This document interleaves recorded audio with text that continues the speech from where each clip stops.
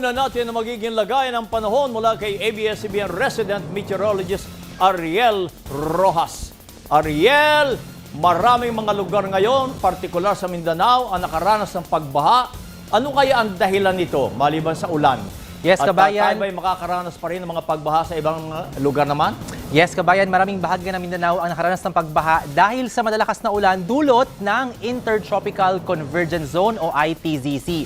Sa barangay Kakub, dyan sa Coronadal City sa South Cotabato, 2 ang nasawi matapos anurin ng flash flood Lunes ng hapon. Inabutan umano ng rumaragasang tubig ang babaeng guro at lalaking delivery driver habang tumatawid ng tulay sa Millennium Falls noong kasagsagan ng ulan. Gumuho naman ang lupa at nasira ang ilang tulay sa Jose Abad Santos, Davao Occidental nitong weekend. Sa mismong ilog na tumatawid ang ilang sasakyan dahil nasira ang bahagi ng Lawayon Bridge. Isang person with disability naman ang nasawi sa Kumalarang, Zamboanga del Sur matapos madulas at tumama ang ulo sa bato habang tumatawid sa creek noong Sabado ng gabi. Higit 1,000 pamilya rin ang apektado ng matinding pagbaha sa naturang bayan kaya isinalilim na ito sa state of calamity. 6,000 pamilya naman ang binaha sa mga bayan ng Dato Abdullah Sangki, Sharif Agwak at Dato Saudi Ampatuan sa Maguindanao del Sur. Buhos pa rin ang mga pag-ulang doon, dala ng ITZZ. At kapamilya, patuloy pa rin po ang pag-iral ng Intertropical Convergence Zone dyan sa may Palawan, ilang bahagi ng Visayas at Mindanao sa mga susunod na araw. Nakalabas naman na ng Philippine Area of Responsibility yung LPA, Martes ng umaga, nakapaloob po yan sa ITZZ. At posibleng habang kumikilos ang LPA pagitna ng West Philippine Sea ay malusaw na ito. Sa ibang bahagi naman ng ating kapuluan, patuloy pang iihip ang maalinsangang easterlies o dumagsa na magdadala pa rin ng mainit na panahon sa umaga at tanghali. Ngayong araw nga po ng Martes ay pumalo sa 48 degrees Celsius ang heat index dyan sa Dagupan City. At sa Miyerkules, halos 40 lugar pa ang pwedeng makaranas ng danger level o delikadong antas ng heat index. Pinakamataas sa Apari, Cagayan at Dagupan sa 46 degrees Celsius at sa Lawag at Tuguegarao sa 45 degrees Celsius. Sa rainfall forecast ng The Weather Company para bukas May 21, sa Luzon may kalat-kalat na mga pagulang aasahan po sa umaga at tanghali sa Bulacan, malaking bahagi ng Calabarzon, Mindoro, Marinduque at ilang bahagi ng Kabikulan.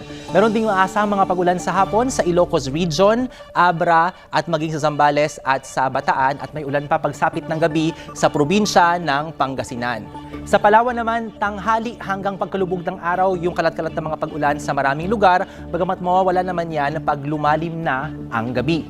Sa Visayas, may ulan sa umaga sa ilang lugar dyan sa Cebu Province at sa gitnang parte ng Negros. Maulan naman pagsapit ng hapon sa katimugang mga bahagi ng Negros Occidental, Iloilo at Antique at halos wala na pong ulan sa malaking bahagi ng Kabisayaan pagsapit ng gabi.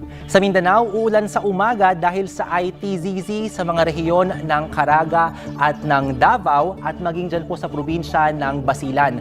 Mas maulan sa hapon dito po sa may Zamboanga Peninsula, Lanao Provinces, Maguindanao Provinces at Soxargen at pagkatapos po ng hapunan sa gabi ay maulan pa sa Davao Region, lalo po dyan sa may Davao del Sur. Tayo naman sa Metro Manila, aaraw po sa umaga at tanghali at bagamat may okasyon na magiging maulap yung kalangitan, mananatiling mababa ang tsansa ng pag-ulan buong araw. Yan ang update sa lagay ng panahon. Ako po si Ariel Rojas. Ingat kapamilya! At susunod, libu-libong trabaho alok sa Czech Republic. Magkano ang sweldo? Alamin! At alok na 20 pesos na bigas. Balak lawakan ang sektor na bebentahan. Tuloy-tuloy pa rin ang ating pagbabalita sa pagbabalik ng TV Patrol.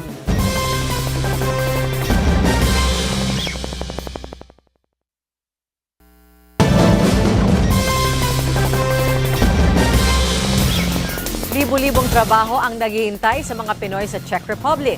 Bukod sa mataas na sweldo, marami ring benepisyo ang nakahanda para sa overseas Filipino workers. Nagpapatrol, Jackie Pascual.